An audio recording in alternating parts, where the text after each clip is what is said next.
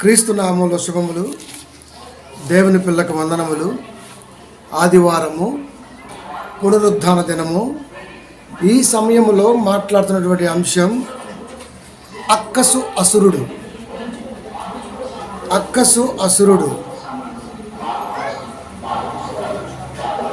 కరుణాకర్ సుగుణ, లలిత్ కుమార్, మన ముసలోడు రాధా మనోహర్ దాస్, ఇంకా చాలామంది పేర్లు తెలియదు. వీళ్ళంతా క్రైస్తవ్యం మీద పడి ఎప్పటికప్పుడు రచ్చ చేస్తూనే ఉంటారు. ఈ మధ్య ఒక మీటింగ్ జరుగుతుంది ఎక్కడో. ఆ మీటింగ్లో కరుణాకర్ సుగుణ అంటాడు, ఒకప్పుడు వీడు క్రైస్తవుడే,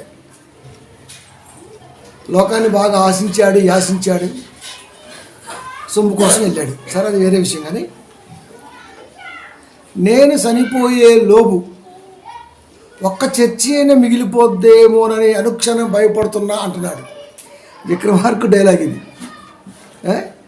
రవితేజ గారు మాట్లాడతారు కదా, వాడిది డైలాగ్. ఇప్పుడు దీని గురించి ఎవరు మాట్లాడారో నాకు తెలియదు, కానీ మనం మాత్రం వదిలిపెట్టాం. సోషల్ మీడియాలో బైబిల్ మీద ఏ ఒక్కడు అక్కసు వెళ్ళగక్కినా మనదైన ఛానల్లో ఖచ్చితంగా తగిన సమాధానాన్ని ఇస్తూ ప్రత్యక్షంగా పరోక్షంగా అనేక మంది పిల్లలకి ఈరోజు మనం ఆలోచన పుట్టిస్తున్నాం. ఇప్పుడు ఇది కూడా అదే. అన్నయ్య, ఇంత క్రైస్తవం మీద అగ్రెసివ్గా మాట్లాడుతున్నావు, వ్యతిరేకంగా మాట్లాడుతున్నావు, వాళ్ళ నుంచి నీకేమైనా ప్రమాదం పొంచి ఉండదా అని ఒకడు అడిగాడు. అసలు క్రైస్తవులు ప్రాణాలు తెస్తారా? ప్రాణాలు పెడతారు. ఆ ప్రశ్నే రాంగు. వాడిదైన స్టైల్లో నాకు భయపడతాను తమ్ముడు, ఎప్పుడు అనుక్షణం భయపడుతూనే ఉంటాను, కాకపోతే ఆ భయం అని ఇలా మాట్లాడాడు. ఒక్క చర్చి అయినా మిగిలిపోద్దేమో, నా ఆయుష్ కాలంలో ఒక చర్చి అయినా మిగిలిపోద్దేమోనని భయపడుతున్నా అంటే అర్థం ఏంటి? చర్చి లేకుండా చేద్దాం అని ఒక కాన్సెప్ట్. నీ బాబు దిగి వచ్చినా కుదరదని చెప్పడం ఈ ప్రసంగం యొక్క ముఖ్య ఉద్దేశం. ఎందుకంటే చరిత్ర తెలియదండి. చరిత్ర ప్రతి ఆదివారం మనకేంద్ర ఈ సోది. ప్రతి ఆదివారం సరే వెళ్ళే.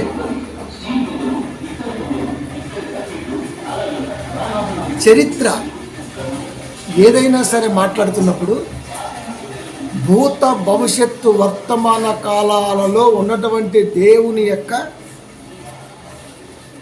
సంకల్పాన్ని గుర్తెరిగి మాట్లాడాలి. వాడికి అంత లేదు, ఆఫ్ నాలెడ్జ్ కాదు.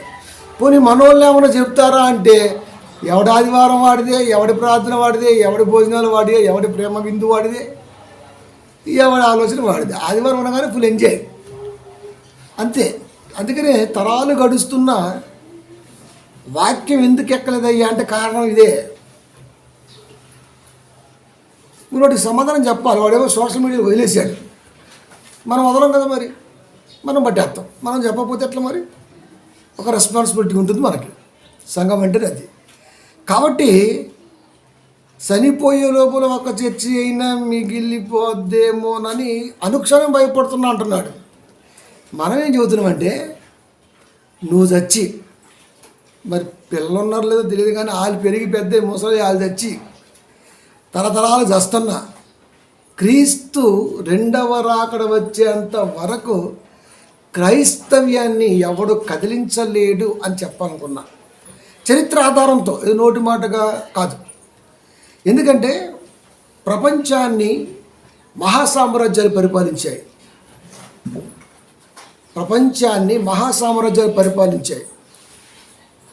క్రైస్తవ్యాన్ని బ్యాన్ చేయాలని ఒక ఆర్డినెన్స్ జారీ చేద్దామని కేంద్ర ప్రభుత్వం ఎలక్షన్ ముందు బాగా యోచన చేసింది.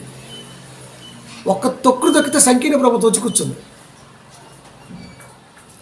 దేవుడితో పెట్టుకోకూడదు ఎవడైనా సరే.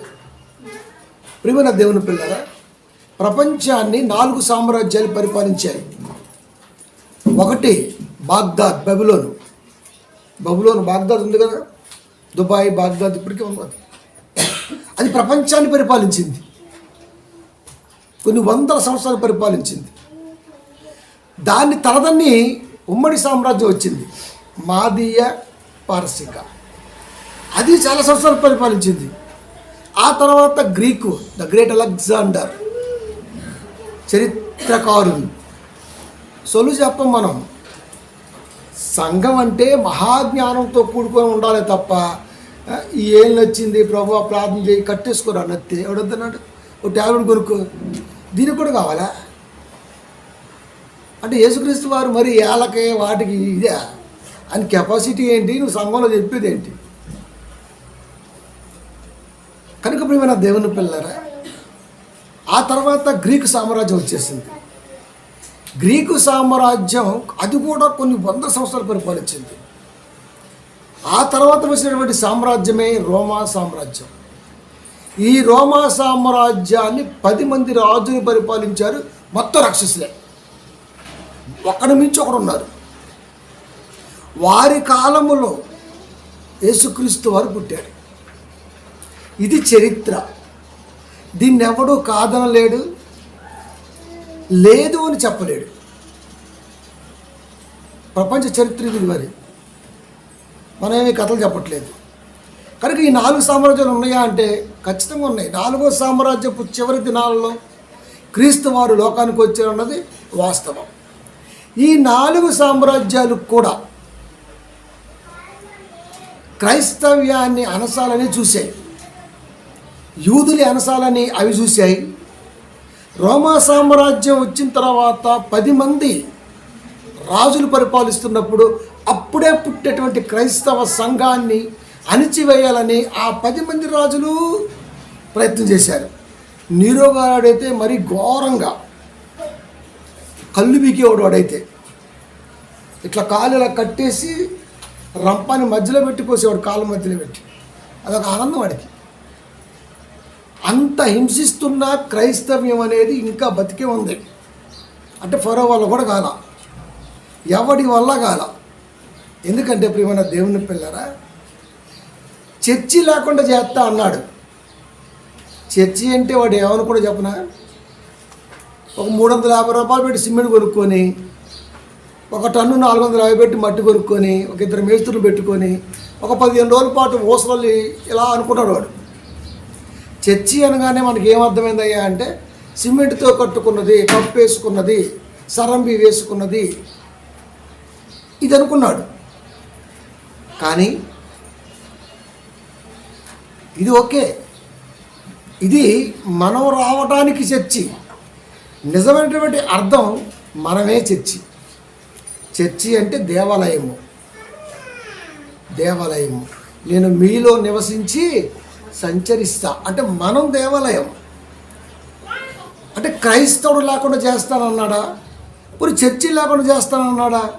వాడి క్లారిటీ లేదు, నోరే కదా ఎటువంటి మాట్లాడుతుంటాడు. కాబట్టి ప్రియమైన దేవుని పిల్లరా, ఈ చర్చి కూడా ఏదో ఒక పాస్టర్ గారు కొద్ది కాలం ఎక్కడో ట్రైనింగ్ చేసి కాస్త కూస్తూ వాళ్ళు రాకపోయినా సరే ఆ టైపులో పెట్టేవాళ్ళు చాలామంది ఉన్నారు. ఇవాళ వీటి కాలంలో అదే పరిస్థితి. చాలామందికి ఒకటి ఉంటుంది, ఏంటిది, బాగా పిలిపించుకోవాలి. అయ్యగారు అయ్యగారు అయ్యగారు, చిన్న అయ్యగారు, పెద్ద అయ్యగారు. దీన్ని ఏమంటారు చెప్పండి? దీన్ని ఏమంటారు అంటే అది అవసరం బాగా. కనుక దానికి ఒక ప్రత్యేకించి ఒక కోడ్ ఉంటుంది, డ్రెస్ కోడ్. మంచిగా వైట్ వేస్తాడు, వైట్ అండ్ వైట్.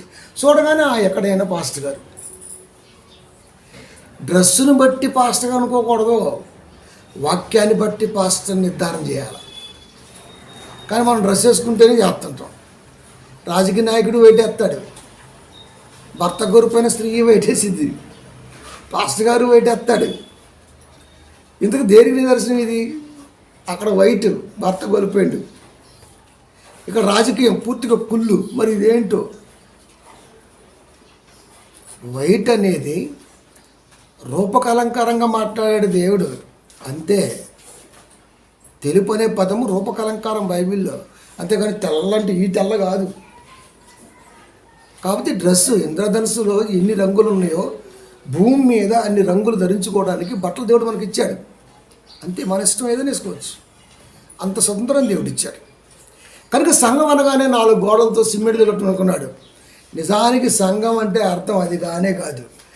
సంఘం అంటే యేసుక్రీస్తు వారు సాక్షాత్తు భూమి మీద నిర్మించాలి అనుకున్నది. అది యేసుక్రీస్తు వారు అనుకున్నారు, నాకు ఒక సంఘం కావాలి భూమి మీద అని. అంటే యేసుక్రీస్తు వారికి వ్యతిరేకంగా వెళ్ళాడా వీడంతా వీడి బతికేంత చెప్పండి. ప్రియమైన దేవుని పిల్లరా, కనుక సంఘం అంటే అర్థం తెలియలా. ఒకసారి అది బైబిల్ చూద్దాం. మత్తయి సువార్త 16వ అధ్యాయము 17వ వచనము. అని అంటున్నాడు, ఈ బండ మీద నా సంఘమును కట్టుదును.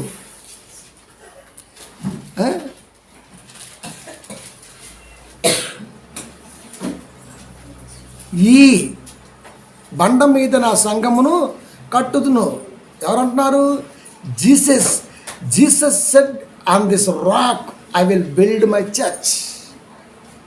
ఇంగ్లీష్లో దేవుడు అంటున్నాడు, ఆన్ దిస్ రాక్, ఈ బండ మీద I will build my church, నా సంఘాన్ని కడతాను. నేను ఈ బండ మీద నా సంఘాన్ని కడతాను అని చెప్పింది యేసుక్రీస్తు వారు. వీడి కంటికి కనపడుతున్న కాపరి 2-3 సెంట్లోనో అరగరంలోనో ఎకరంలో కట్టిన సంఘం కాదు, అది కూలుస్తూ అంటున్నాడు వీడు తెంగరుడు. యేసుక్రీస్తు వారు సంఘాన్ని నేను కడతా అంటున్నాడు. కట్టి అని ఒక మాట అన్నాడు, పాతాళలోక ద్వారములు దాని ఎదుట నిలువనేరవు.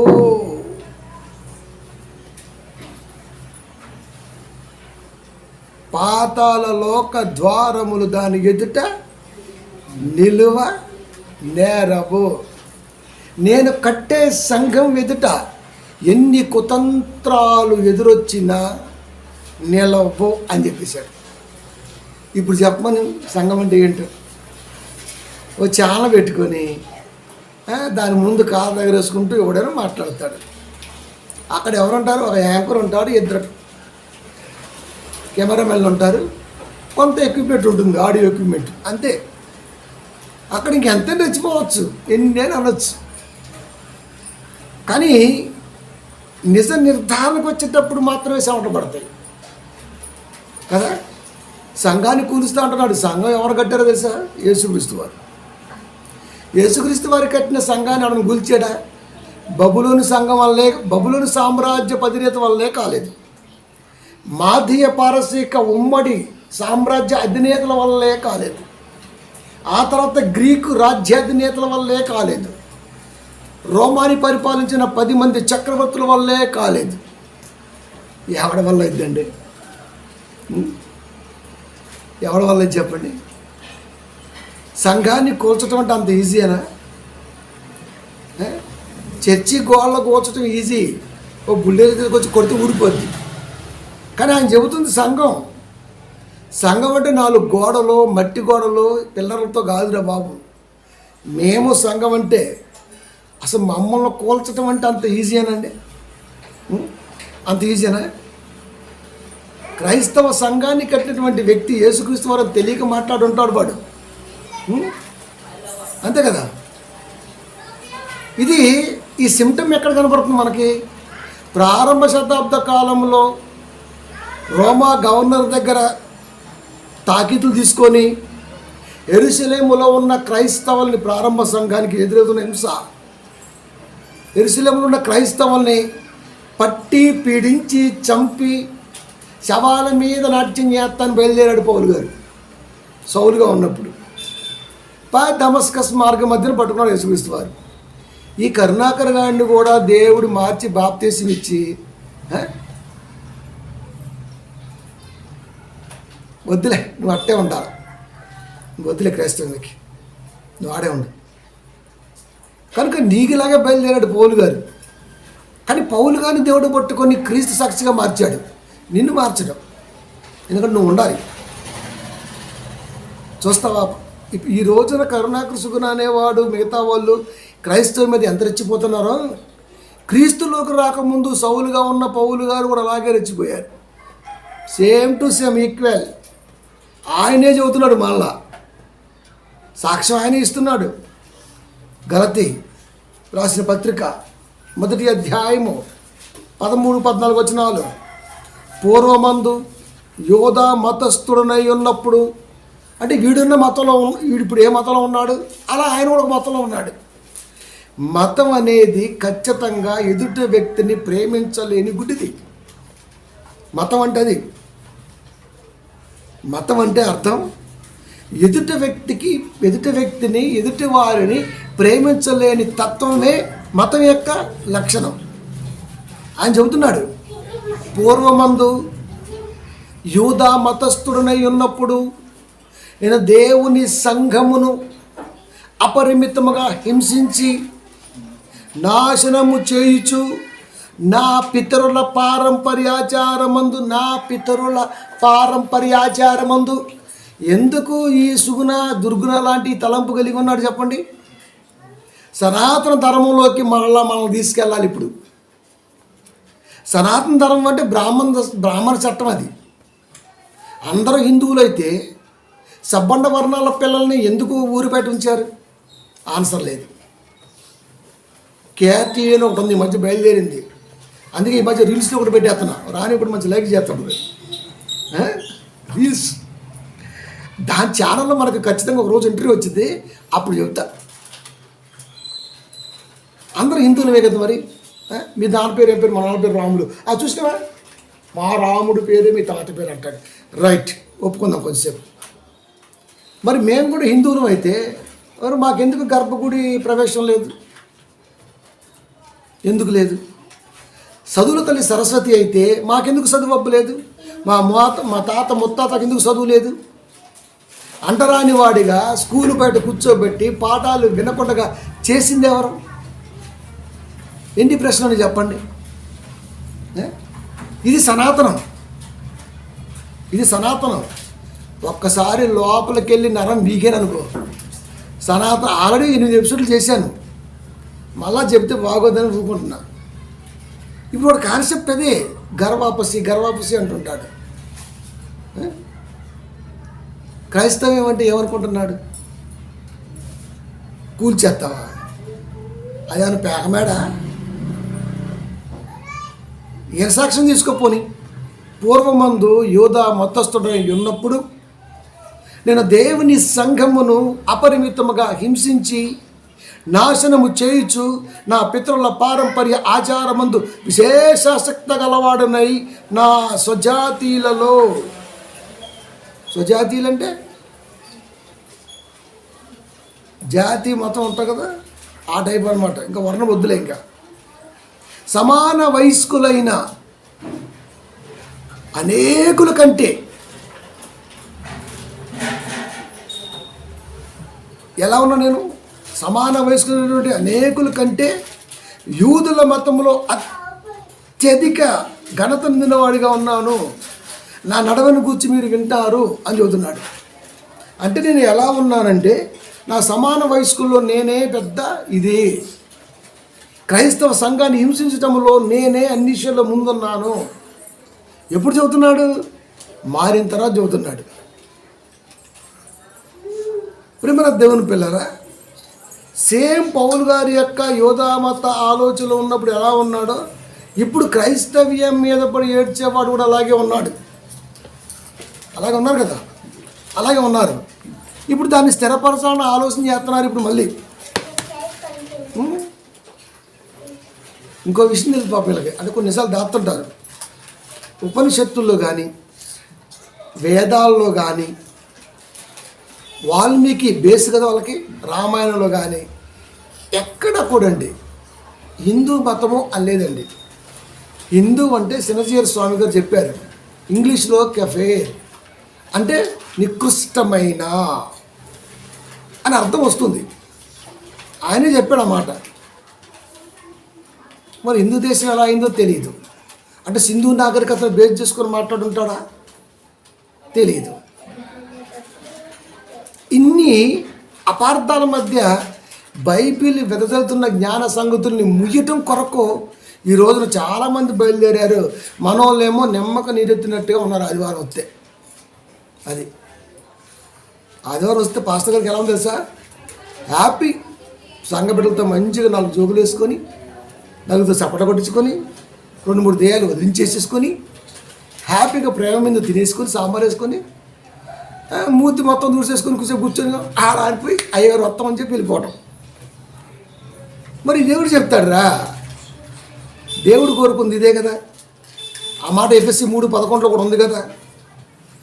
నానా విధములైన జ్ఞానము ఇప్పుడు సంఘము ద్వారా బయలుపరచాలని దేవుడు కోరుకున్నట్టుగా ఆ రెఫరెన్స్ ఉంది కదా. నానా విధమైన జ్ఞానము అంటే ప్రపంచములో ఏ జ్ఞానాన్నైనా తలదించేటట్టుగా బైబిల్ మాట్లాడగలదు అని చెప్పే కాపరి కావాలి అనుకుంది కదా బైబిల్ దేవుడు. మరి ఈడేంటి మరి చెవు నొప్పికి ముక్కు నొప్పికి మన అమ్మాయికి చెవు కుట్టించామండి పాప నొప్పిలు వస్తుంది ప్రార్థన చేయండి తెలిసింది పౌడర్ రాసుకో వద్దు కదా. ప్రార్థన చేయడం తప్పు కదండి. ఏమీ వాడకుండా అలా ఉండటం తప్పు, సెప్టిక్ అవుతుంది అది. రేపు వాడికి మళ్ళీ ఛాన్స్ వచ్చింది, చూసావా వీళ్ళు పాస్టర్ గారు అంటే ఏమి రాయొద్దండో నేను ప్రార్థన చేస్తా పోద్దండో ఆ పిల్ల చెవు ఇంత లాభమైంది సీమ్ పట్టింది డాక్టర్ గారు తీయాలంటున్నాడు రేపు మరు సేవ అయితే మొగుడి వాడతాం ఇలాంటివి వస్తుంటాయి. దేవుడు అలా చెప్పాడా అంటే అవగాహన లేని కాపరులతో చాలా సమస్యలు వచ్చాయి.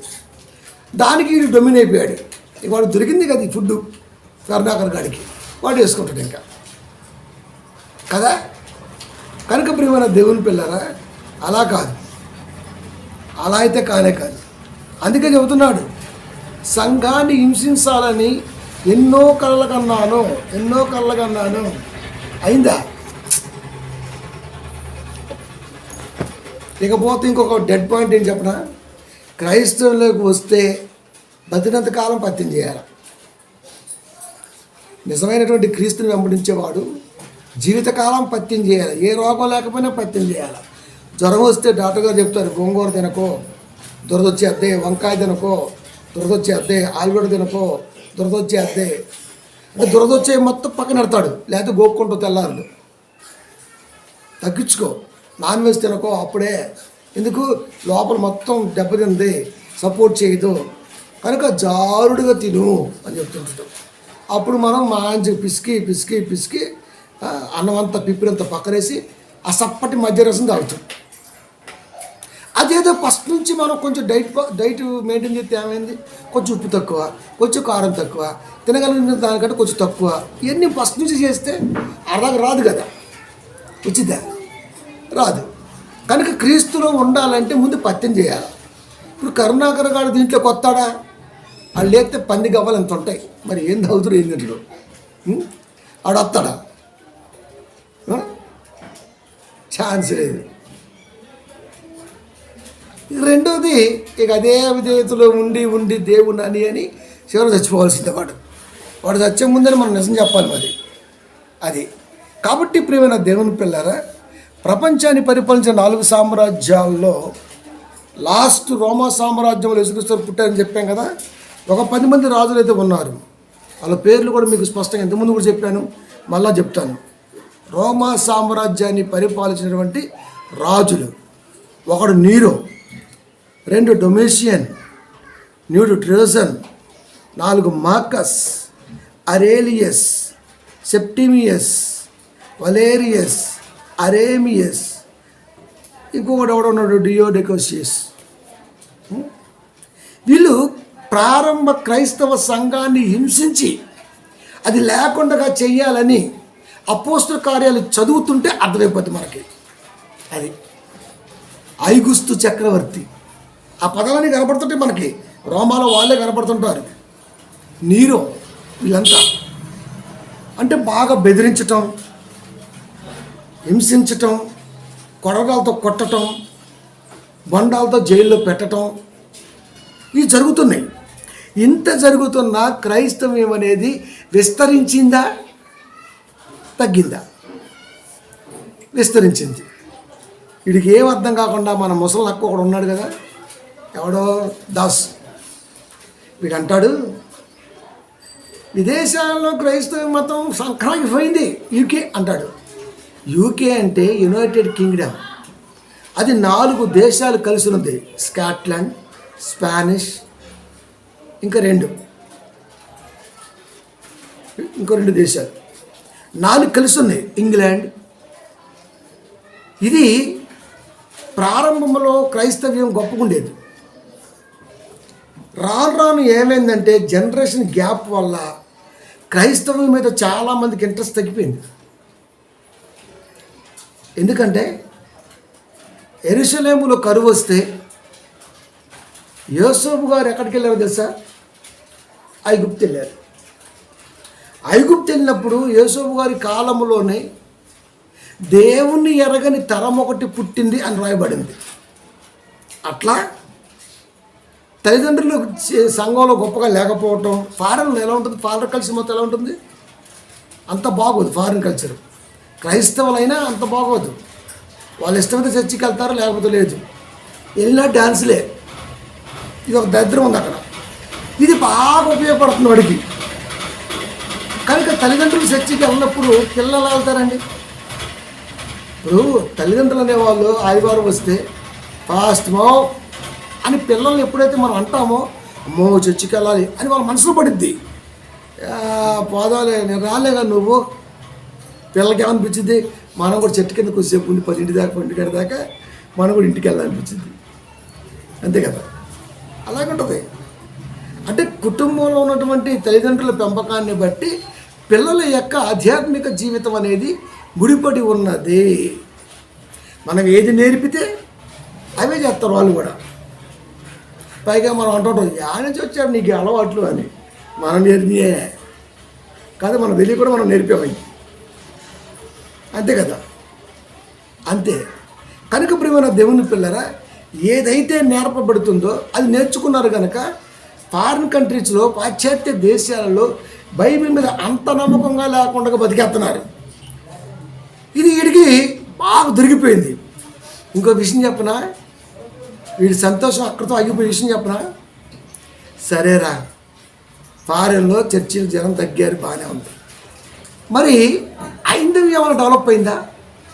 మరి 5,000 సంవత్సరాలు అంటాడు, 10,000 అంటాడు, 15,000 అంటాడు, భూమి పుట్టక ముందే ఉందంటాడు, మా మతం మా ధర్మం అని. పోనీ అక్కడేమో డెవలప్ అయిందా? అక్కడ డెవలప్ అయిందా? అది చెప్పడం. చర్చిలు పుట్టక మానేశారు, బార్లు అయిపోయి, బీర్లు అయిపోయి. నీలాంటి వాడే రెంట్లకి ఇచ్చాడు. మరి ఇదేది? సరే, అక్కడ క్రిస్టియానిటీ తగ్గింది, చర్చిలు తగ్గించారు, మరి మీది ఏమైనా పెరిగిందా? అది చెప్పడం. పోనీ లెక్కలు తెద్దాం, నోటి మాట కూడా కాదు, పిన్ టు పిన్ లెక్కలు తెద్దాం. ఆ లెక్కల ప్రకారం క్రైస్తవం ఏ రేంజ్లో ఉందో చూద్దాం. ఓకేనా? 1951లో హిందువులు 84.1% ఉన్నారు. ఇలా చెప్పాలండి. మరి వీడు ఏమనుకుంటాడంటే చర్చి అనగానే హల్లెలూయా స్తుతి మహిమ పాడుకొని పోతానుకుంటున్నాడు. ఇక్కడ ఎనలిస్ట్ ఒకటి ఉంటాడు. మరి అది గ్రీకు తత్వవేత్త అని ఎందుకు వచ్చింది లోకా గారికి? అంతే. 1951లో హైందవ సోదరుల సంఖ్య 84.1. అదే 2011లో 79.8. నేనేమి కావాలని చెప్పట్లా, కేంద్ర ప్రభుత్వాన్ని అడుగు, చెప్తారు, ఖచ్చితంగా చెప్తారు వాళ్ళు. 2051 నుంచి 2011 వరకు ఈ 50 సంవత్సరాల 60 సంవత్సరాల వ్యవధిలో ఎందుకు తగ్గింది? ఎందుకు తగ్గింది? అంతేకాదు, ప్రతి 10 సంవత్సరాలకు హిందువులు తగ్గుతూనే ఉన్నారు. ఇది ఒప్పుకుంటాడా? ఒప్పుకోరు. మీరేమో కర్ర వాపస్ అంటున్నారు, వాళ్ళేమో ఏకంగా వదిలి వెళ్ళిపోతున్నారు. ఎందుకు? మూఢాచారాలు భరించలేకండి. వాళ్ళ స్టేట్మెంట్లే, పితరుల పారంపర్య ఆచారాలు భరించలేక వెళ్ళిపోతున్నారంట. భరించలేక 3 ఏళ్ళ అమ్మాయికి 30 ఏళ్ళ కుర్రోడితో పెళ్లి చేస్తారు. మీ సనాతన ధర్మం గురించే మాట్లాడుతున్నా. ఈ ప్రసంగం ఎంతమంది గాలిద్దో. 3 ఏళ్ళు ఉంటాయి ఆ అమ్మాయికి, 30 ఏళ్ళ కుర్రోడికి ఇచ్చి పెళ్లి చేస్తారు. ఈ అమ్మాయికి ఈడెప్పుడు రావాలి, ఆడితో కాపురం ఎప్పుడు చేయాలి? ఈ అమ్మాయికి 20, వాడికి 50. ఎవరు ఈరోజు గాలి అలవాట్లు ఉంటే ఇంకొక 5 ఏళ్ళకో 10 ఏళ్ళకో పోతాడు. ఈ అమ్మాయి ఎగ్జాక్ట్లీ 25 ఏళ్ళ వయసులో ఉంటుంది. మంచి మ్యారేజ్ వయసు అది. ఆడు చచ్చాడు. ఇప్పుడు ఈ పిల్లను కూడా కాటిలో జాయింట్గా తగలెట్టేస్తారు. ఇది సనాతన ధర్మం. ఇప్పుడు దీన్ని భారతదేశంలో మళ్ళీ స్థిరపరచాలి. అంతే కదా, పుస్తకాలు చదువుకోలే. సతీ సహగమనం 1857లో బ్రిటిష్ వారి పరిపాలనలో ఒక చట్టం తీసుకొచ్చి రూపు మాపారా లేదా? బ్రిటిష్ వారు చెప్పడు. అంతేకాదు ఇక ఎన్ని నికృష్టం ఉన్నాయో చెబితే నోరు కలవశం అయిపోద్ది. అంత నికృష్టం ఉంది. మాతంగి వ్యవస్థ మీదే, జోగిని వ్యవస్థ మీదే, ఇంకా ఎన్ని వ్యవస్థలు, దేవదాసి వ్యవస్థ మీదే.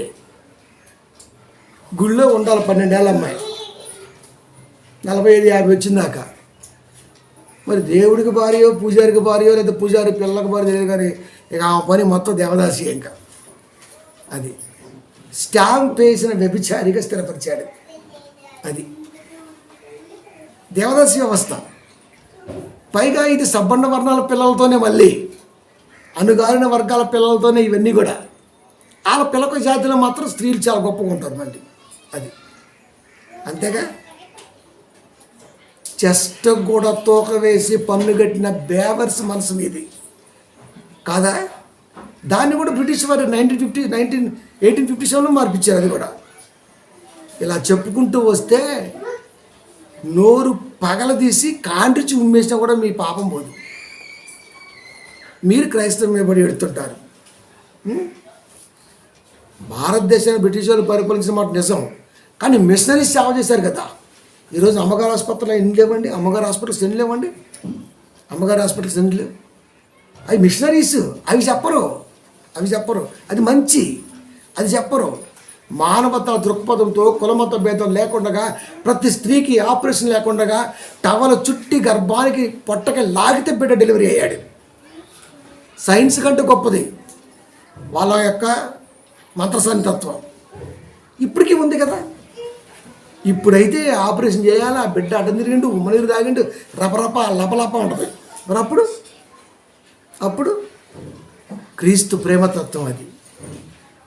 ఇలాంటి గుర్తురా వీళ్ళకి.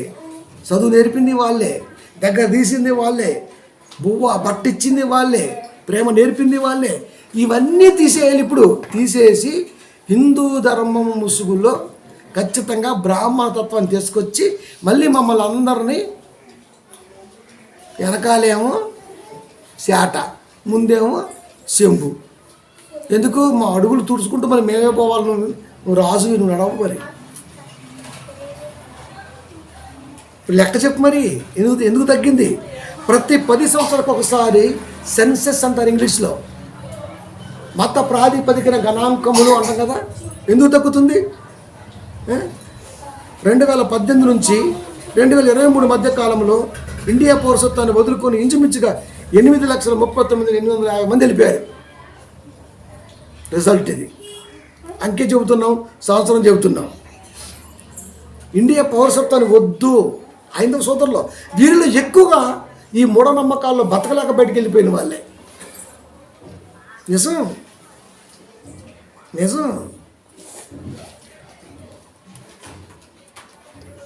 దీనికి సమాధానం ఉందా?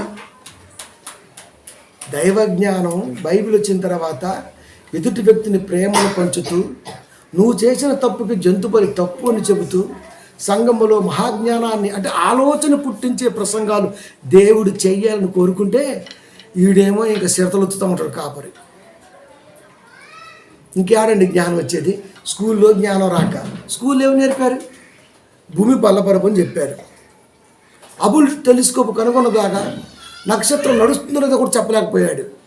1400 సంవత్సరాలు మన పుస్తకాలు రాయబడింది భూమి బల్లపరుపు. నేను చదువుకున్నా 5th క్లాస్లో. ఆ తర్వాత గోళం అన్నాడు, నవగ్రహాలు అన్నాడు, దానికి ఏమో పెద్ద చరిత్ర రాశాడు. ఇప్పుడేమో అష్టగ్రహాలు అంటున్నాడు. అంటే సైంటిస్ట్ చేతి నిజమైపోద్దా? ఇంకొకడు వస్తాడు కాదనేవాడు, వాడు కాదని చెబుతున్నాడు. ఈ లోపల అబద్ధాన్ని నిజం నమ్ముకుంటూ వెళ్ళిపోతున్నారు. బైబిల్ జ్ఞానం ముందు సైన్స్ నిలబడదండి. అది నిలబడే ఛాన్స్ లేదు. కాబట్టి 2018 నుంచి 23 వరకు 5 సంవత్సరాల్లో సెన్సెస్ అనేది ఒక్కసారి పరిగణలోకి తీసుకుంటే 8,39,850 మంది భారతదేశ పౌరసత్వం వెళ్ళిపోయారు. వీరిలో అత్యధికులు హిందూ సోదరులు ఉన్నారు. మరి గర్వాపసిని ఆపొచ్చుగా, గర్వాపసిని ఆపొచ్చు కదా. హిందూ సోదరులు చాలా మంచివాళ్ళు అండి, నిజం. వాళ్ళు ఎవరిని ఏమరు అర్థాలు చేసుకుంటారు. ఇక ఇలాంటి నికృష్టుడి వల్ల, ఇలాంటి ముష్టుడి వల్ల హిందూ జనాభా అనే పిల్లలందరూ చుట్టుకుంటుంది ఆ రోగం. కనుక ప్రియమైన దేవుని పిల్లరా, ఇటు ఆపల గర్భాపసన ఆపిండా ఆపల. ఇక అంతే విషయం కక్కుతూనే ఉన్నాడు.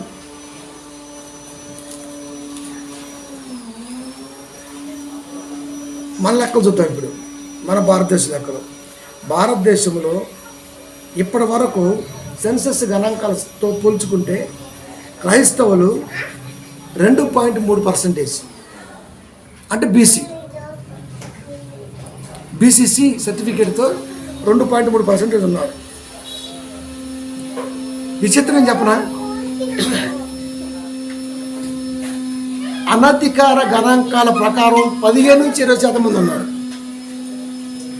సర్టిఫికెట్లు మాత్రం హిందువునే ఉంటుంది, కానీ వాడు చర్చికి వస్తాడు, దేవుళ్ళలో ఉంటాడు. సర్టిఫికెట్ ఎందుకు అలా ఉన్నదంటే, వీడు ఉన్నాడు కదా, ఊరికి రెచ్చగొడతాడు ప్రభుత్వం కాడికి వెళ్ళి, క్రైస్తవులకి అన్ని హక్కులు ఇస్తున్నాం, క్రైస్తవులను ఎక్కువ ప్రేమిస్తున్నాం, హిందువులు తగ్గిస్తున్నాం, మేమే ఎక్కువ ఉన్నాం, గొడవలు చెప్తున్నారు. అందుకే మనోళ్ళు ఏం చేశారంటే, చాలామంది సర్టిఫికెట్లో మాత్రం హిందువునే ఉంది, కానీ వాడు మనస వాచే కర్మేన పూజించేది మాత్రం దేవుడే. ఇలాంటి వాళ్ళు ఎంతమంది ఉన్నారు చెప్పండి ప్రపంచంలో. ఆ సెన్సెస్ లెక్క ప్రకారం పెట్టుకొని మేము 84 అంటున్నాడు. 84 లేదు, తోటకూర కట్టలేదు. అది సర్టిఫికెట్లో మాత్రం అలాగే ఉంది. 20% ఏమో ఉన్నారు క్రిస్టియానిటీ, లేరా? ఉన్నారు. అంటే భారతదేశంలో క్రైస్తవ్యం అనేది రోజు రోజుకి డెవలప్ అవుతూనే ఉన్నది. దీన్ని ఆపగలిగారండి?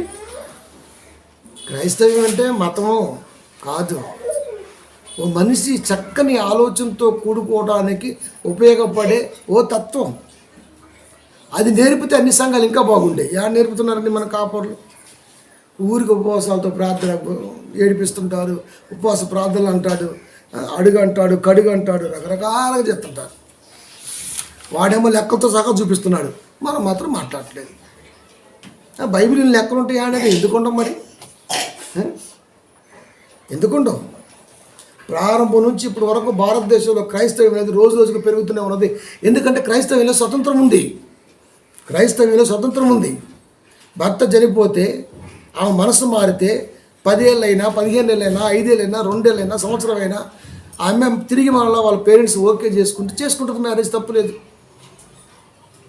అక్కడైతే వాడితో పాటు తగలేయాల్సిందే, లేకపోతే గుండు గీకి మూల కూర్చోబెట్టాల్సిందే. ఇదే క్రైస్తవులో స్వతంత్రం ఉంది.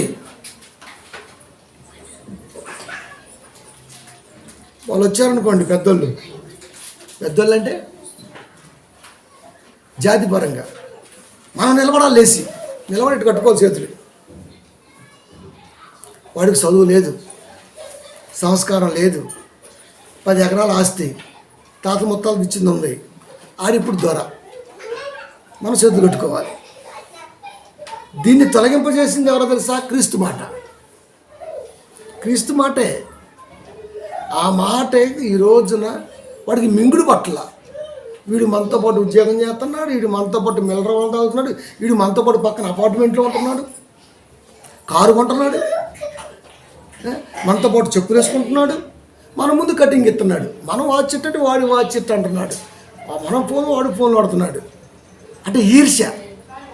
అలా ఉండొద్దంట. మనం మళ్ళీ గోసెట్టేసుకొని, మన ఆడవాళ్ళేమో ఉత్తర కొరియా వాళ్ళలాగా సగం డ్రెస్ వేసేసుకొని, బాంచని దొరా అని ఎక్కడ, అయ్యా నీ కాలు మొక్కుతా అని అక్కడ, ఇలా ఉండాలంట మనం.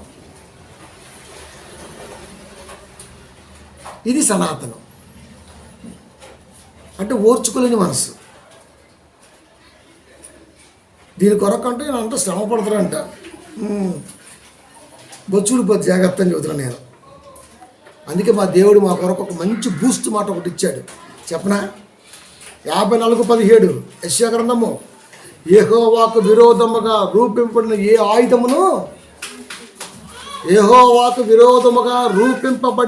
ఆయుధమును బబులోను సామ్రాజ్యం, మాదీయ, పారసీక, గ్రీకు, రోమ నేటి కాలంలో ఎవడైనా ఏ అధికారైనా ఎలాంటి వాడైనా సరే ఒక ఆలోచన చేస్తే అది నిలవద్దు.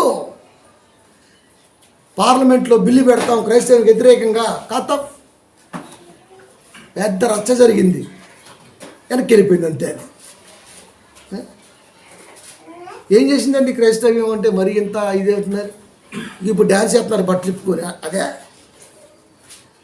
అలా చేయటం ఇష్టం మరి. అదే అంటే మీరు వేయట్లేదా డ్యాన్స్? మా వాళ్ళు వేస్తున్నారు, మరి ఏం చేస్తాం? అది మీకులాగే ఆఫ్ నాలెడ్జ్గా వీళ్ళంతా. మరి దేవుడి ముందు డ్యాన్స్ చేయటం ఏంట్రా? అన్ని సంఘాలు వేర్లేండి, 100కు 2-3 సంఘాలు వేస్తారు. కానీ వీళ్ళు 100 బొమ్మలు కూడా 100 మంది డ్యాన్స్ చేస్తారు. దీన్ని సాకు చూపిస్తాడు. మీ చర్చిలో అయితే తప్పు లేదు కదా, మేమైతే తప్పు వచ్చిందా, ముందు మీరు మార్చుకోండి అంటాడు. కెలికేది వాడే, చూపిస్తే మళ్ళీ దాన్ని ఓర్చుకోలేకుండా మాట్లాడేది వాడే. మనం తప్పేం పట్టట్లా, అవసరమే లేదు, కానీ వాడికి చెప్పాలి కదా.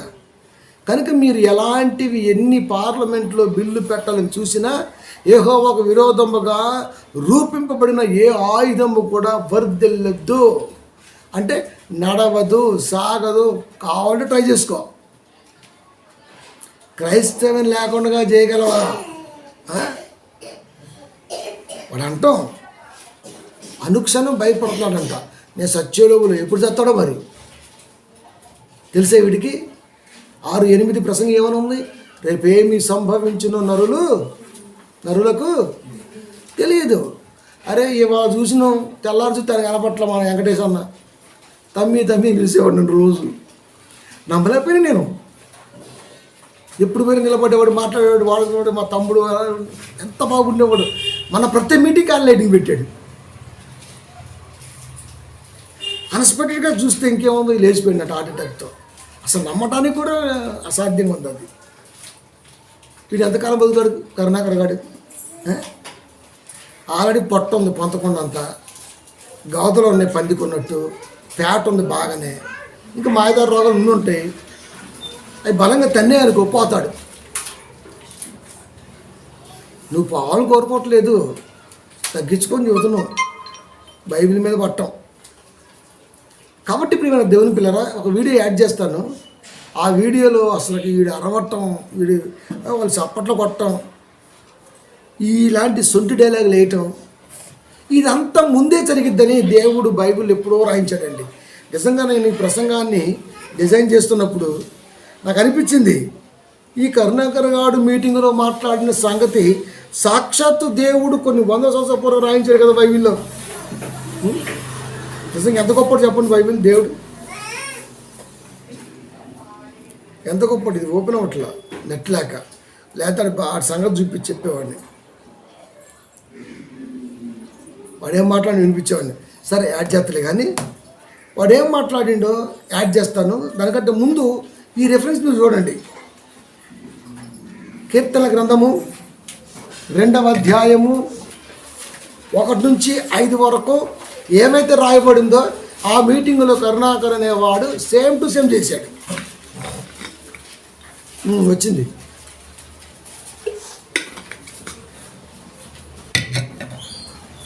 ఓపెన్ అయితే బాగుండు.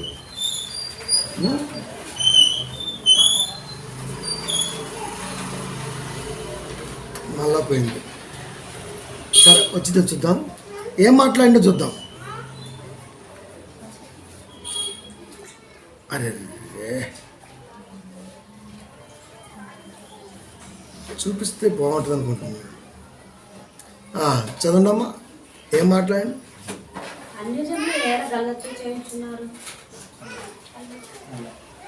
అదే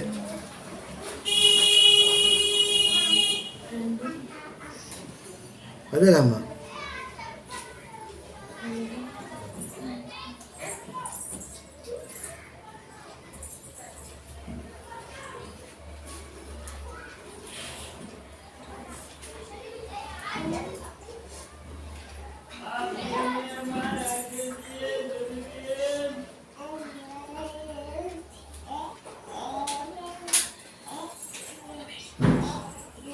సరే యాడ్ చేద్దాంలే. అన్యజనులు ఏలా అల్లరి రేపుతున్నారు, వీడు మాట్లాడుతుంటే ఒకటే గోల. జనములు ఏలా వ్యర్థమైన దానిని తలంచున్నారు. మనము వారి కట్లు తెంపుతాము రండి. మనము వాడు అంటున్నాడు సేమ్ ఇదే క్రైస్తవ్య మాఫియా అంట. క్రైస్తవ్యం అనేదంట మాఫియా అంట. మంచి పేరు పెట్టినాడు మనకి. తెంపుతాము రండి, వారి పాపములను మన యొద్ద నుండి పారవేదము రండి అని చెప్పుకొనుచు భూరాజులు యెహోవాకిని ఆయన అభిషిక్తునికి విరోధముగా నిలవబడుచున్నారు. ఏలికలు ఏకీభవించి ఆలోచన చేయుచున్నారు. ఆకాశమందు ఆసీనుడగు వాడు నవ్వుచున్నాడు. ప్రభువారిని చూసి అపహరించుచున్నాడు. ఆయన ఉగ్రుడై వారితో పలుకును. ప్రచండ కోపము చేత వారిని తల్లడింపజేయును. దేవుడు వాడు మాట్లాడుతున్న మాటలు చూసి అపహసిస్తున్నాడంట. అంటే అర్థం ఏంటి?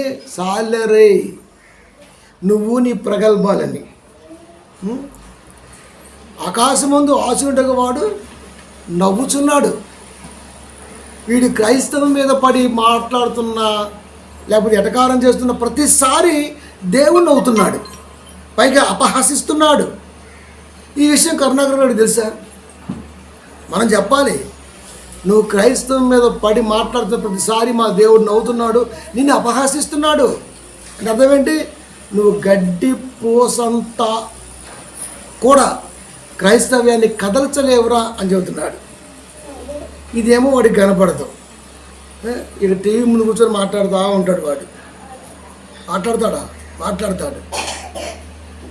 అంటే క్రైస్తవ్యం మీద విషం కక్కుతున్న వారిని దేవుడి ప్రేమ తెలిసిన వారిగా మనం ఏం చేయాలి తెలుసా? ఎప్పటికప్పుడు అడ్డుకట్టేయాలి. లేకపోతే పిల్లలు బలహీనపడిపోతుంటారు. ఏంటని ఎలా అన్నారు, నిజంగా మన దగ్గర దమ్ము లేదా? వాళ్ళకి ఏం చెప్పలేమా? మనం సమాధానం చెప్పలేమా?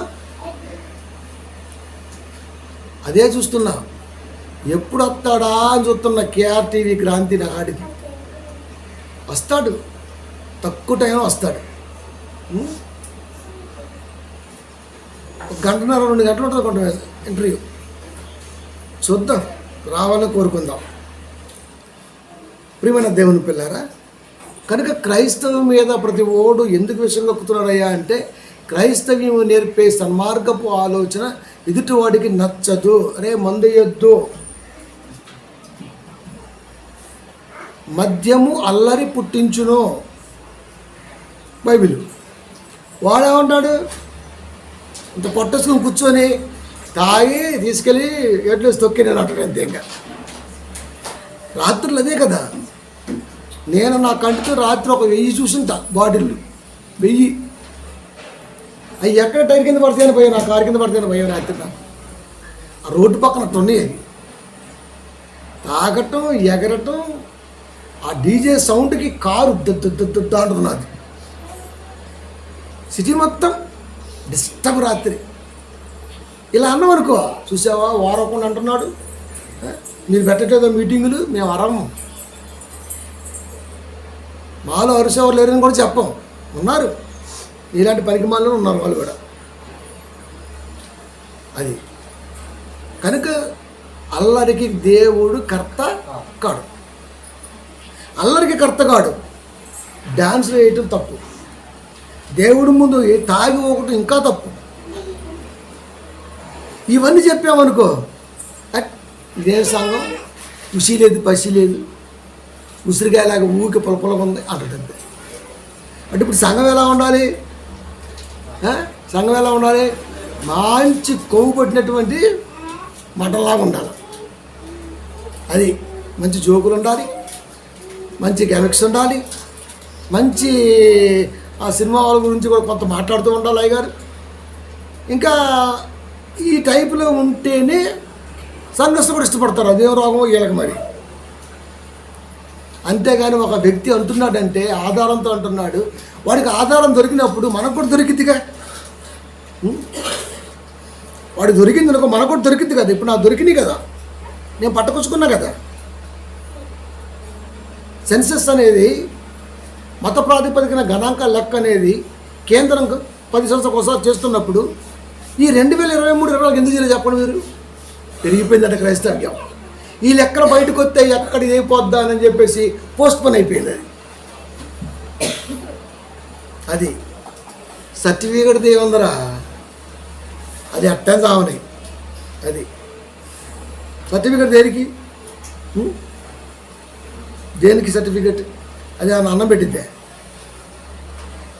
ప్రియమైన దేవుని పిల్లారా, కాబట్టి క్రైస్తవుడు అనేవాడు ఎప్పుడూ కూడా ఎదుటివాడు ప్రశ్నిస్తే మౌనంగా చూస్తూ వెళ్ళేవాడైతే కాదండి, వాడిని క్రైస్తవుడు అయితే అనరు. ఎందుకంటే వాడు మాట్లాడుతుంటే దేవుడు నవ్వుతున్నాడు, అపహసిస్తున్నాడు. అది ఆయన అభిషిక్తునికి విరోధముగా నిలబడుతున్నటువంటి వారిని చూసి ఏకీభవించి ఆలోచన చేయటం చూసి ఆకాశమందు ఆశనుడగు వాడు నవ్వుతున్నాడు, నా మీద, నా కుమారుడి మీద, నేను స్థాపించిన సంఘం మీద మీరు సెటైర్లు వేస్తున్నారంటే ఆయన నవ్వుతున్నాడు, పైగా అపహసిస్తున్నాడు. అంటే అర్థం ఏంటి? ఆపరే చూసారులే గాను వాగేస్తాడు తెంగరుడు, ఆ టైప్. పాస్టర్ గారు ఏమంటారు? నువ్వు సోదరుడివే, నేనో సోదరుడిని, మన ఇద్దరు ఒక తల్లి పుట్టకపోయినా ఒక దేవుడు పుట్టావు. వాడేమంటాడు? నేను మా దేవుడు పుట్టే కానీ మీ దేవుడు పుట్టలు అంటాడు వాడు. ఇవన్నీ ఇప్పుడు ప్లాట్ఫారం మీద విషబీజాలు నాటుతున్నాయి. వీటిని తొక్కిదడు ఉన్నాడంటే ఎవడో కనపట్ల. అది క్రైస్తవుల గోల క్రైస్తవదే, వాళ్ళ గోల వాళ్ళదే. ఆలోచన పుట్టించోడు లేకుండా పోయాడు. కనుక దేవుడే నవ్వుతూ అపహాసిస్తున్నప్పుడు మరి మనం ఏం చేయాలా? మనము కూడా వాడిని నవ్వులు పాలు చేయాల్సిందే. ప్రపంచ ధార్మిక వాస్తవికతను ఎవిడెన్స్తో సహా చూపించాల్సిందే. అంతే. ఎక్కడ తిరుగుతాయి? బైబిల్ దగ్గర పెట్టుకుంటే ఎవడైనా దేవుణ్ణి అంటుంటే నిద్ర పట్టదే మనకి, అప్పుడు ఎత్తుకోవడం ప్రారంభిస్తాం. అప్పుడు దొరుకుతాయి. అంటే అనాలండి, దేవుణ్ణే కదా నన్ను కాదుగా అంటాడు కదా. దేవుడు కోరుకున్నాడు చూడండి, కీర్తన గ్రంథము 31:8 ఏమంటాడు? అబద్ధికుల పెదవులు మూయబడును గాక, వారు గర్వమును అసహ్యమును అగపరుచుచు నీతిమంతుల మీద కఠోరమైన మాటలు పలుకుదురు. క్రైస్తవుల మీద ఎన్ని మాటలు అంటే అన్ని మాటలు మాట్లాడుతున్నారు. అబద్ధికుల పెదవులు మూయబడును. ఈ సమయం కల్లా గేట్లు మూయబడతాయి అంటే అర్థం ఏంటి? కొన్ని కాలనీలో టైమింగ్స్ ఇస్తారు. ఆ టైమింగ్ దాటితే గేట్లు ఓపెన్ చేయరు. ఇంకా గేట్లు పలానా సమయానికి మూయబడును అంటే అర్థం ఏంటి? ఆ టైం కాకుండా గేట్లు అయ్యే మూసుకుంటాయా? ఆ టైం కాకుండా గేట్లు అయ్యే తెరుచుకుంటాయా? టైం మెన్షన్ అయినప్పుడు ఆ టైం ప్రకారం మూసే పనిని అక్కడున్న సెక్యూరిటీ తీసుకుంటాడు, వేసే పనిని తీసే పనిని నియమింపబడ్డ సెక్యూరిటీ చూసుకుంటాడు. ఇప్పుడు మనం ఎవరు? రక్షకుడి యొక్క సెక్యూరిటీ. మరి మనం ఏం చేస్తున్నాం? అబద్ధికుల పెదవులు మూయబడినట్టు అర్థం ఏంటి? మనం దగ్గరికి వెళ్ళి ఇట్ట ముయ్యాలంట. వాడిది దగ్గరికి వెళ్ళి ముయ్యాలంటే వాడేం అడుగుతున్నాడో దానికి సంబంధించిన జ్ఞానం మన దగ్గర ఉందో లేదో ఇంత పరిశీలించి కదా ఆడికి వెళ్ళేది. ఆడికి వెళ్ళట్లేదు అంటే లేదు అని అర్థం జ్ఞానం మన దగ్గర. కనుక క్రైస్తవుడు అంటే సకల విధమైన జ్ఞానముతో సంఘములో వర్ధిల్లేవాడు క్రైస్తవుడే తప్ప ఇంకా ఆ టైప్ అయితే కాదు. దేవుడు వరాలు ఇస్తాడు, కూరగాయలు ఇస్తాడు, ఉల్లిగడ్డ కిలో 60 రూపాయలంట, ప్రార్థన చేస్తే 10 రూపాయలకు వచ్చింది. ఎన్ని పని చేయవు. ఉల్లిగడ్డ 60 రూపాయలే. మరి భూమి ఎండిపోతుంది, మన వర్షాలకు మొత్తం దెబ్బతింది, భూసారం మొత్తం పోయింది, ఎకరానికి 2 బస్తాలు రావట్లేదు. చాలా పెట్టుబడి పెట్టాడు, క్యాల్కులేట్ చేశాడు. ఏదైనా సరే ఉల్లిగడ్డ రేటు పెరగాల్సిందే అంతే. కిలో 30కి ఇచ్చాడు. ఈ ట్రాన్స్పోర్ట్ చూసుకున్నాడు, వీడు ఇంకో 30 వేసుకున్నాడు, మారుబేరం కూడా ఇంకో 10 వేసుకున్నాడు, 70 రూపాయలకి ఇచ్చేస్తున్నారు కిలో. రైతు అంటే అర్థం ఏంటి? షార్టేజ్ వచ్చింది, అందుకే రేటు పెరిగింది. అది మనం గ్రహించాలి. అది గ్రహించకుండా ప్రభువా ఉల్లిగడ్డలు ఏంది ఉండలేను ప్రభువా, నేను వెళ్తున్నా ఎక్కడో ఒకసారి కిలోకి 5 కిలోలు వచ్చే 100కి 5 కిలోలు అంట ఉల్లిగడ్డ. అలా చేసుకొని పోతుంటే తక్కువ మనకు కనపడింది. దేవుడు నా ప్రార్థన అన్నాడు, ఇన్ని ఉల్లిగడ్డలు తీసుకెళ్ళా. ఇంకా దగ్గర చికెన్ ఉంటుంది, ఇంకా మొత్తం ఉల్లిపాయలే. ఇదేమి ఊరికి ఉల్లికాయలకి ఎల్లిగడ్డలకి దేవుడిని కూరగాయలకి ఎట్ట ప్రార్థన చేస్తామండి మనం? అసలు ఆయన ఏంటి, ఆయన స్థితి ఏంటి, ఆ పరిస్థితి ఏంటి? కూరగాయలకి దేవుడిని ఎలా పెడతామండి మనం? ఇది మనకు నేర్పారు. వాడికి అలసైపోయింది. అందుకే దేవుడు చెబుతున్నాడు, అబద్ధికుల పెదవులు మూయబడునంటే మూసేవాడివి నువ్వే, నిలబడి ఉండాలి. నిలబడ్డావు అనుకున్నావు గాక. వారు గర్వమును అసహ్యమును అగపరచుచు, గర్వం అంటే ఎప్పుడు లేనడికి మహాలక్ష్మి ఆడదగిలి తట్టడం అనమాట. ఇక అసహ్యం అంటే అర్థం ఏంటి? చిచి ఒకడు అంటున్నాడు ఎడారి మతం అంట క్రైస్తవ్యం, మనమేమో కొండ గొర్రెలం అంట, మనం ఆచరించే మతం ఏమో ఎడారి మతం అంట, వాళ్ళదేమో సనాతన ధర్మం అంట. ఎడారి మతమా? ఎందుకు వచ్చింది నా పేరంటే, మీ క్రైస్తవ్యం మొత్తం ఎడారిలో ఉంది కదా అంటే అరేబియా అదంతా అదే కదా. అలా చూస్తున్నాడు మళ్ళీ.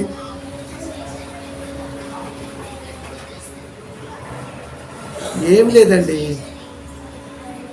బహుళ జాతి పిల్లలు కలిసిమెలిసి ఈ రోజున తారతమ్యం లేకుండా జీవిస్తున్నాం మనం. సెక్యులర్గా, కంప్లీట్ సెక్యులర్ కంట్రీ భారతదేశం మనది. దీంట్లో ఎలాగైనా స్విచ్ పెట్టాలి, ఒకే ఒక ఆయుధం మతం, అంతే. మత స్విచ్ రగిలిస్తే మతోన్మాదం పెట్టిరేగిపోతుంది, తలలు తెగిపోతాయి, అప్పుడు ప్రేమలు దూరం అవుతాయి, కక్షలు పెరిగిపోతాయి, నరుక్కొని చస్తారు. మనం పైనుంచి చప్పట్లు కొట్టుకుని చూడవచ్చు. అది వాళ్ళ ప్లాన్. మనమేం చేస్తున్నాం? నిజాలు చెబుతున్నాం, వాస్తవాలు చెబుతున్నాం, సనాతన ధర్మంలో ఉన్న రుసుగులు చెబుతున్నాం, బైబిల్ ఏం చెప్పిందో చెబుతున్నాం. అది సో ఇక్కడ కాస్త క్లారిటీ వస్తూ చాలామంది పిల్లలు ఆలోచిస్తున్నారు. దినదినము క్రైస్తవ సంఘం అనేది అభివృద్ధిలోకి వస్తూ ఉన్నది. సనాతన ధర్మం సంఖ్యాగిపోతుంది. అది జ్యోతిష్యాన్ని నమ్మట్లా, మూఢనమ్మకాలను నమ్మట్లా, ఇంకా చెట్లకి గుడ్ల కట్టే బ్యాచ్ సగం తగ్గింది. ఆడగడితే ఏమొచ్చింది తెలియదు, ఏమొచ్చిందో. మన పూర్వీకులు కట్టారు, మనం కట్టాలి, అంతే అంతే. ఇలాంటివన్నీ వాక్యం ద్వారా వెనక్కి వెళ్ళిపోయాయి. ఇప్పుడు పసుపు అమ్ముడు తగ్గింది, దారం తగ్గింది, వ్యాపారం మొత్తం లాస్ వచ్చేసింది. ఎవరికైనా సొత్త వ్యాపారం లాస్ అయితే ఆ మతం మీద ద్వేషం పెంచుకుంటారన్నది వాస్తవం. కనుక క్రైస్తవం వచ్చిన తర్వాత చాలామంది వ్యాపారాలు దెబ్బతిన్నాయి. అందుకు కోపం. ఇప్పుడు ఎందుకు అనుకుంటాం మన మీద ఇరసపడేది ఇందుకే. కాబట్టి ప్రియమైన దేవుని పిల్లారా, హైందవ సోదరులైనా, ముస్లిం సోదరులైనా, క్రైస్తవ సోదరులైనా ఇండియాలో ఉన్నాం కాబట్టి మనందరం సెక్యులర్గా ఆప్యాయంగా ముందుకెళ్ళాలి తప్ప ఇలాంటి సోదేవరంతో ఎప్పుడు వెళ్ళకూడదు. ఇలాంటి కరుణాకరగాడు ఎంత అరుసుకున్నా కూడా క్రైస్తవ్యం లెక్కల్లో ఉంచి అభివృద్ధి చెందింది తప్ప దీన్ని ఆపలేము. దినదినము భారతదేశంలో క్రీస్తు ప్రేమ ప్రబలుతూనే ఉంటుంది. దీన్ని ఆపే శక్తి నీ బాబు కూడా లేదని చెబుతున్నా నేను. అది మహాసామ్రాజ్య అధినేతలకే వల్లగాల, నీ వల్ల ఏమవుతుంది? కాబట్టి ప్రేమైన దేవుని పిల్లారా, లెక్కలతో ఆలోచనతో విషంగక్కుతున్న విధానాన్ని తీసుకొచ్చి మాట్లాడాను. అది వచ్చే ఆదివారం మన ముసలి అంటున్నాడు, అది ఇవాళ చెప్పాలనుకున్నా, నెక్స్ట్ చెప్తాం. ఒక మంచి అమ్మని చూపి బైబిల్ అంటున్నాడు, చూపిస్తా. అది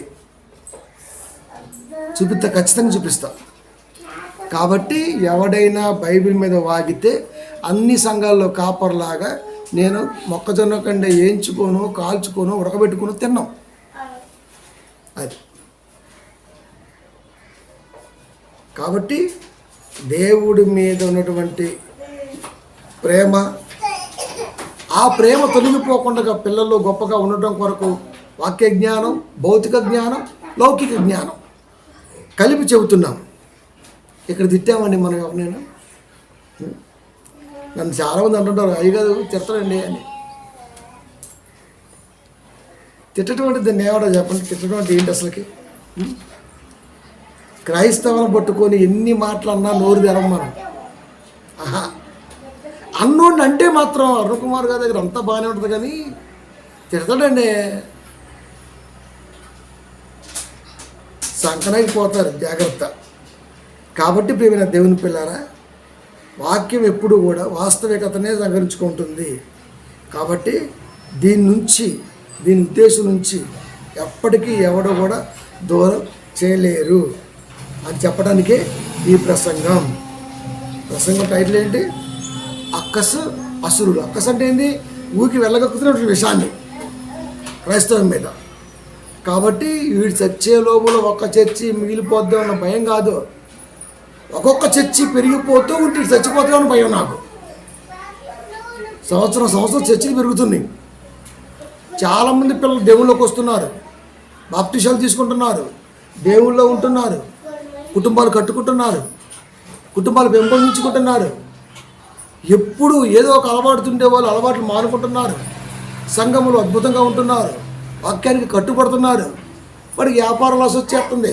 కొబ్బరికాయలు అమ్ముడుపోవట్లా, అది పాయసం అమ్ముడుపోవట్లా, బెల్లం అమ్ముడుపోవట్లా, పసుపు అమ్ముడుపోవట్లా, వ్యాపారం లాస్ వచ్చేస్తుంది. అది అంతకుముందు ముగిస్తాను. అంతకుముందు ఏం చేసేవాళ్ళు? ఇదే అంటాడు, మీకు మహా అయితే ముస్తి 2 పండగలు, ఒకటి కిస్మిస్ ఎటకారం, 2 గుడ్ ఫ్రైడే. మాకు నెలకు 5-6 పండుగలు, 7-8 పండుగలు వస్తాయి. ఏమనుకుంటావు డాక్టర్ అన్నాడు. దీని వెనకాల మర్మం చెప్పనా? నిజమే, మాకు 2 అవి కూడా కరెక్ట్ కాదు. అవి పండగలు మేము అనుకోం, కానీ సరే నువ్వు అన్నావు కాబట్టి ఓకే. ఒక పండగకి ఒక కుటుంబం నార్మల్ ఖర్చు 10,000 వచ్చింది. భార్యకి, 2 పిల్లలకి, భర్తకి తక్కు కొనుక్కున్న 10,000 ఖర్చు వచ్చింది. ఇక నెలకి 4-3 పండగలు అయితే పారాణి పండగ, పశువు పండగ, మోకాల పండగ, మోసప్పల పండగ, ఇవన్నీ పెట్టామనుకో, 6 రోజులు కష్టం చేయటం, 600-300 తీసుకెళ్ళి కొబ్బరిగా కొనుక్కొచ్చుకోవటం, అది ఖర్చు పెట్టాం. తెల్లారే పిల్లగారికి ఫీజులు డబ్బులు ఉండవు, ఇంట్లో తింటానికి ఉండదు. వాడు మాత్రం కొబ్బరి చెప్పలు అమ్ముకొని గొప్పడు అవుతాడు, మనం మాత్రం కొబ్బరి చెప్ప కొట్టి సంకరానికి పోతుంటాం. పండగలు అంటే మమ్మల్ని లాస్ చేసి మీరు లాభాలు పొందుకుందామనే, అదే కదా. నెలకి 4 పండగలు, ఎట్ట లేదన్నా కనీసం 5,000 వేసుకున్న పండగకి 20,000 ఎంత సంపాదించాలండి? తరాలు గడుస్తున్నా ఇంకా సబ్బండ వర్ణాల పిల్లలు పండగల పేర్లు. మళ్ళీ మామూలు బట్టలు కొంటామా? ఆ పక్కింటోడు ఏం కొండో చూసి ఒకరోజు ముందే దానికంటే కాస్త డిజైన్ మారుద్దాం. ఎక్కడ? చందన వేస్ అయితే మనం చెన్నై షాపింగ్కి వెళ్దాం, బొక్కేడు 10,000. ఎవడైనా ఒంటి మీద ఒకసారి తీసి పడేద్దాం, ఇంట్రెస్టే పోద్ది. అది 16 కోట్ల సొక్క అయినా సరే, 60 కోట్లు చెప్తాను పర్ల. నెలకి ఇన్ని పండగలకైతే పండగ రోజున ఊరుకుంటారు పిల్లలు. అమ్మా చక్రాలు, అమ్మా బోర్లు, అమ్మా గారెలు. నూనె కాస్త వచ్చేసి 160 రూపాయలు. ఆ రోజు మీయే పనికి పోవచ్చు, పనికి పోకపోవచ్చు, డబ్బులు ఉండొచ్చు లేకపోవచ్చు. అందరిలో గుమగుమ, మన ఇంట్లో మాత్రం వాసన లేదు. పోరగాలు మొగం మాడుతుంటారు. ఇప్పుడు 300 ఖర్చు. అంటే మేము ఎప్పుడు పేదరికంలో ఉండాలా? అంటే మేము ఏం తినాలో ఏం తాగాలో మీరు డిసైడ్ చేస్తాడు. అవి పండగలంటే చూసారా? ఎంత దరిద్రం చూసారా? పండగ అంటే మనకు అనుకూలంగా ఉన్నప్పుడు కుటుంబంతో కలిసి హ్యాపీగా ఉండొచ్చు. ఓకే, సేవింగ్ అకౌంట్ ఎంత ఉంది, అయ్యా ఈ నెలలో ఒక 20,000 సంపాదించాం, ఓకే అన్ని ఖర్చులు పోను ఒక 10,000 మిగిలే అనుకుందాం. ఆ 10,000 ఒక 5,000 ఖర్చు పెట్టుకుందాం పిల్లలకి హ్యాపీగా ఒకరోజు. అది అనుకూలత, అది మన కంట్రోల్లో ఉంటుంది. సంతోషం కూడా మన దగ్గర ఉంటుంది. ఎచ్చులు కట్టిన బర్రె అంటే ఏం లాగా వచ్చిందంట. వీడు పెట్టిన పండగలు మన సాగుకు వచ్చాయి. రాఖీ పండగ ఎందుకు వచ్చిందో, టైం ఎంత ఉంది, ఆ నుంచి చెల్లి బయలుదేరితే అన్న కనపట్లేదంట. ఏడి అన్న దుబాయ్ వేయండి లేడు. అది ఎందుకు మరి డైమండ్ రింగ్ కావాలి, ఇప్పుడు చెల్లికి కడింగ్ కావాలి, పట్టు చీర కావాలి, అప్పటి ఛార్జీలు కావాలి, వాళ్ళ ఆయనకి మర్యాద కావాలి, మళ్ళీ ఇంకోసారి కాళ్ళు కడగాలి. అంటే ఇన్ని జరిగితే తప్ప అన్నక్షేమంగా ఉండడం. అసలు అన్నక్షేమం కోరేది అన్న ఇంటి అడుగు పెట్టదు. ఎందుకు అక్కడ కోరుకుంటారు అన్న మంచితనాన్ని, మా అన్న బాగుంటే చాలు అని. ఇదేంది కట్టించుకొని పెట్టించుకోవటం. దీనికి ఒక 300 బొక్క వచ్చేందుకు, మళ్ళీ దీనికి ఒక బొక్క, మళ్ళీ ఏమైనా తేడా వస్తే బాగారు ముఖం పడితే ఆడికి మళ్ళీ సొక్క మొక్క, ఇక రాత్రి అంతా తక్క. ఇది మీ సనాతన ధర్మం. అదే మేమైతే చర్చికి తీసుకెళ్తాం. అన్న చర్చికి వెళ్తాం రాను అని వాడు వస్తాడు, వాడికి ఏదో అలవాటు నుంచి ఉండుంటుంది. నాలాంటి ఒక ప్రసంగం మొదలు పెడతాడు, ఎప్పుడో దిగిద్ది. అబ్బా తీసపోయి పొడిపించాడు అంటాడు. అంతే అలవాటు అవుతుంది. ఇంకా వాడు మారుతాడు, కుటుంబాన్ని కట్టుకుంటాడు, రేపు రోజున సాక్షిగా నిలబడతాడు. అంటే కుటుంబాన్ని కట్టుకొని నిలబడటం ఇష్టం లేదు సార్ అందరు మనకి. గాలిలాగా బట్టలు లేకుండా చినిగిపోయి.